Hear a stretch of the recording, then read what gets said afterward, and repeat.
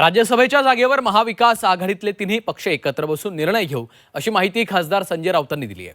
तिन्ही पक्षातले सदस्य निवृत्त होत असून यावर तो एक उमेदवार कोण असेल यावर चर्चा होणार असल्याचं राऊतांनी सांगितलंय।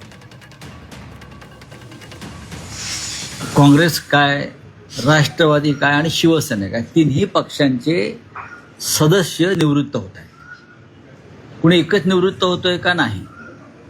काँग्रेस पक्षाच्या रजनीताई पाटील निवृत्त होत आहेत माझ्या माहितीप्रमाणे। राष्ट्रवादी काँग्रेसचे स्वतः शरद पवार, फौजिया खान निवृत्त होत आहेत आणि शिवसेनेच्या आमच्या प्रियंका चतुर्वेदी निवृत्त होत आहेत। म्हणजे प्रत्येक पक्षाचे एक किंवा दोन सदस्य निवृत्त होत आहेत। त्याच्यामुळे प्रत्येक पक्ष हा आमचा उमेदवार जावा, आपला उमेदवार जावा म्हणून आपलं मत व्यक्त करतो, पण शेवटी जाणार एकच उमेदवार।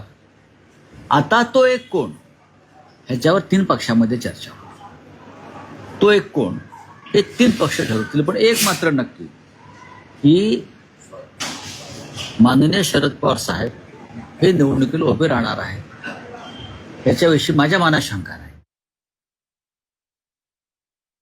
मुळात शरद पवारांची उमेदवारीवरती चर्चा होईल ना महाविकास आघाडीमध्ये। शरद पवारांसारखा ज्येष्ठ नेता या देशातला जेव्हा इच्छा व्यक्त करतो की मी अजून एक संधी घेणार आहे, तेव्हा त्याच्यावर तीन पक्षामध्ये चर्चा होईल आणि त्यानंतर आम्ही पुढे जाऊ। संजय राऊत यांना माहिती आहे की प्रियंका चतुर्वेदींना पुन्हा एकदा राज्यसभेला संधी मिळाली तर पुढच्या वेळेला संजय राऊत यांचा पत्ता कट होईल। त्यामुळं जाणीवपूर्वक शरद पवार साहेबांचं नाव पुढे करून त्यांचा पत्ता, प्रियंका चतुर्वेदींचा पत्ता कापलाच कापला, परंतु आदित्य ठाकरे यांचा पत्ता कट करण्याचं काम देखील संजय राऊत यांनी केलं।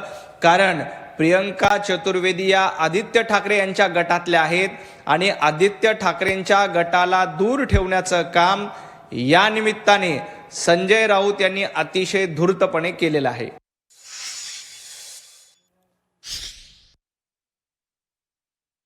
सगळ्यांचाच आग्रह आहे आणि हे खरंच म्हणजे भाग्य आमचं की महाराष्ट्राच्या मायबाप जनतेचं प्रेम आहे आणि आमचे सगळे सहकारी पदाधिकारी सगळ्यांची इच्छा आहे की आदरणीय पवार साहेबांनी राज्यसभेवर जावं। आणि अर्थातच कालच माननीय जयंत पाटील आणि माननीय शशिकांत शिंदेजी यांनी उद्धवजींची ही वेळ मागितलेली आहे।